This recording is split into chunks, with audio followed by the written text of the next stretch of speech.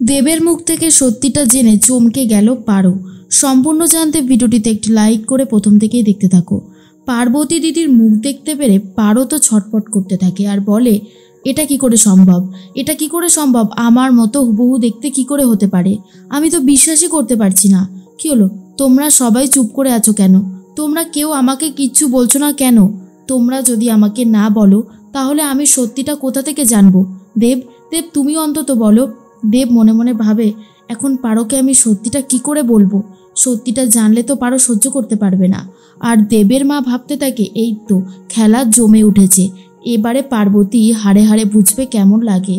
তখনই পার্বতী বলে মনে মনে, না, এখন তো কোনোভাবেই বোনকে বলা যাবে না যে আমরা হলাম যমজ বোন, তাহলে অনেক বড় কষ্ট পাবে। না না, সেটা হতে পারে না। আর যদি জানতে পারে শহুরে বাবুর সাথে আমার সম্পর্ক আছে তাহলে তো আরোই সমস্যা হবে।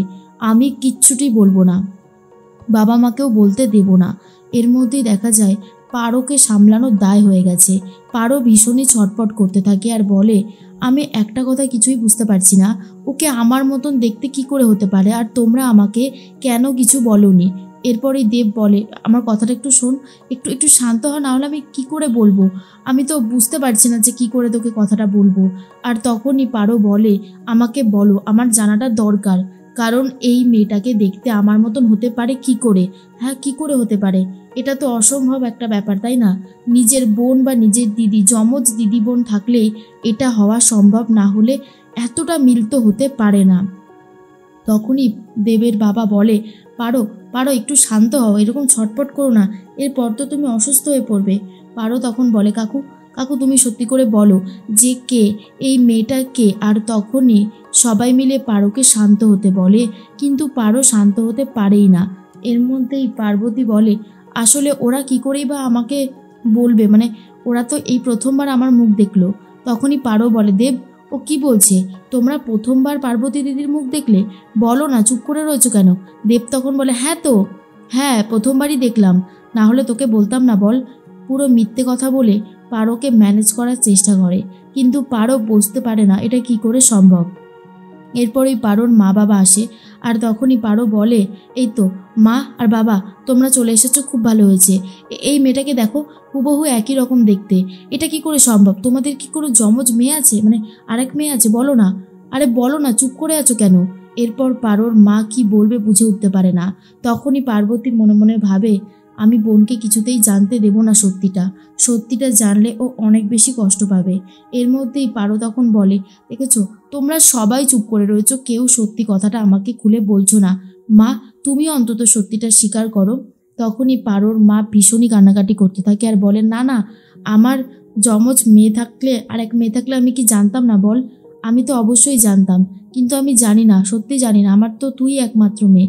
এটা যে কি করে বলিস না তুই? পারো, পারো বলে, সত্যি বলছো মা? সত্যি করে বলো তো। তখনই মা বলে, হ্যাঁ রে, আমি সত্যি কথাই বলছি, তুই আমার একমাত্রই মেয়ে। দেব তখন বলে, পারো, তুই নিজে একটা কথা বলতিস মনে আছে? এই পৃথিবীতে 7জন মানুষ আছে যাদেরকে দেখতে হুবহু একরকম। ধরে নে না ও তাদের মধ্যেই একজন, যাকে তোর মতোই দেখতে। কেন, তোর কি ধরতে অসুবিধা হচ্ছে? কিন্তু পারোর মনে একটা ডাউট থেকেই যাচ্ছে আর মনে মনে বলতে থাকে, এটা কি করে সম্ভব? হ্যাঁ বলেছিলাম, তবে সত্যি এরকমটা হবে এটা তো ভাবতেই পারিনি। তখনই দেব বলে, কি রে, এবার বিশ্বাস হলো? আমার মতো হয়তো কোথাও না কোথাও মানুষ আছে, এখন কি সে আমার ভাই হয়ে গেল তাহলে? না না, তেমনটা তো না, তাই না? আর পার্বতীর মুখ তো আমি আজকেই দেখলাম, তাই তোকে আর আগে থেকে কী বা বলবো। আর তখনই পারোর একটা ডাউট হয়। পারোর শাশুড়ি মা, মানে দেবের মা ভাবতে থাকে, খেলাটা জমতে জমতেও যেন জমছে না। না, এমন হলে তো হবে না। পার্বতীটা এতটা কষ্ট পাচ্ছে, তবুও এই বাড়িতে লেপ্টে রয়েছে, ওকে এই বাড়ি থেকে তাড়াতেই হবে। এর মধ্যেই পারোর মা বলে, মা, তুই সবে এই বাড়ির বউ হয়ে এসেছিস, তুই এ সমস্ত কথা ছাড়, এখন তোকে বরণ করে এরা ঘরে নেবে, বুঝেছিস? এ সমস্ত কথা নিয়ে তুই আর ভাবিস না। এর মধ্যেই স্নেহা তখন বলে, আমি তাহলে দুধে হালতা থালাটা নিয়ে আসি, বরণ হবে তো। আর তখনই সবাই বলে, হ্যাঁ হ্যাঁ, আর লেট করে লাভ নেই, এবারে বরণটা করে নিতে হবে। তখনই দেবের মা বলে, আমারও আর ভালো লাগছে না, অনেকক্ষণ ধরে দাঁড়িয়ে আছি, আর এই সমস্ত ঝামেলা মেটাতে হবে। এর মধ্যেই বরণডালা নিয়ে এসেছে দেবের মা, আর তারপরেই পারোকে বরণ করে ঘরে তুলছে। আর তখনই দেব বলে, আয় পারো, ঘরে আয়, এরকম আর ভাবনা চিন্তা করিস না তো। এবারে দুধে আলতায় পা দিয়ে আস্তে করে শাড়িতে পা রেখে ভেতরে যাচ্ছে পারো। আর অন্যদিকে দেবের মা ভাবতে থাকে এবারে পারো চলে এসেছে। পার্বতী কি ভেবেছে সত্যিটা জানতে পারবে না পারো? এ তো সবে শুরু হলো খেলা, এখনো অনেক খেলাই যে বাকি রয়ে গেছে। কারণ সবটা তো এখনো জানেই নি পারো যে পার্বতী অ্যাকচুয়ালি পারোর কে হয়। পারোর মা খুব কান্নাকাটি করতে থাকে আর বলে পারোর বাবাকে, দেখলে দেখলে তুমি আমি কিভাবে মিথ্যে কথা বললাম। আমি তো মা, আমি এক সন্তানকে অস্বীকার করেছি, আমার খুবই কষ্ট হচ্ছে। পারোর বাবা বলে দেখো এখন তো কোনো উপায় নেই, বাধ্য হয়ে এই কাজটা আমাদের করতে হয়েছে, তাই তুমি একটু শান্ত হও, এরকম ছটপট করো না, দেখো সব ঠিক হয়ে যাবে।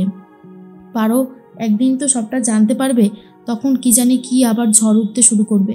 এর মধ্যেই চলে যায় ভেতরে। আর অন্যদিকে দেখা যায় যে পারোর শ্বশুরমশাই মানে দেবের বাবা বলতে থাকে পার্বতী চলো, এখন তো আবার আংটি খেলা শুরু হবে, হাতে সময়ও বড্ড কম রয়েছে। আর তখনই বলে যে আংটি খুঁজতে হবে না। এরপর পার্বতী বলে আংটি খুঁজতে হবে মানে? আংটি হারিয়ে গেছে নাকি? দেবের বাবা বলে আরে ধুস, বিয়ের পরে যে কত নিয়ম থাকে, কত স্ত্রী আচার থাকে, কত কি থাকবে, সবটা দেখবে, আংটি খুঁজতে হবে, বুঝেছো? চলো না, আংটি খেলাটা দেখলে মজা পাবে, চলো চলো। আর এর মধ্যেই ঠাম্মির সাথে কথা বলতে থাকে, তাও ঠাম্মির ছেলে অর্থাৎ দেবের বাবা, আর বলে কিছু করতে পারলাম না মা, সব কিছুই কেমন যেন উল্টো পাল্টা হয়ে যাচ্ছে, হাতের বাইরে বেরিয়ে যাচ্ছে। পার্বতী যে কে সেটা তো জানে না পারো। ঠাম্মি বলে পার্বতী খুব কষ্ট পাচ্ছে জানিস তো, আমি আর ওর কষ্টটা দেখতে পাচ্ছি না, এইভাবে যে ও বারবার করে কষ্ট পাচ্ছে আমার খুব খারাপ লাগছে। ঠাকুর তুমি আমার পার্বতীটাকে দেখো, ও যে এত কষ্ট পাচ্ছে, ও তো জানেই না যে এর কপালে আর কি কি লেখা আছে। এর মধ্যেই তখন একটা কথা বারবার করে দেবের বাবা বলে যা হবে দেখা যাবে, এখন এই সমস্ত ঝামেলা থেকে বিরত থাকতে হবে।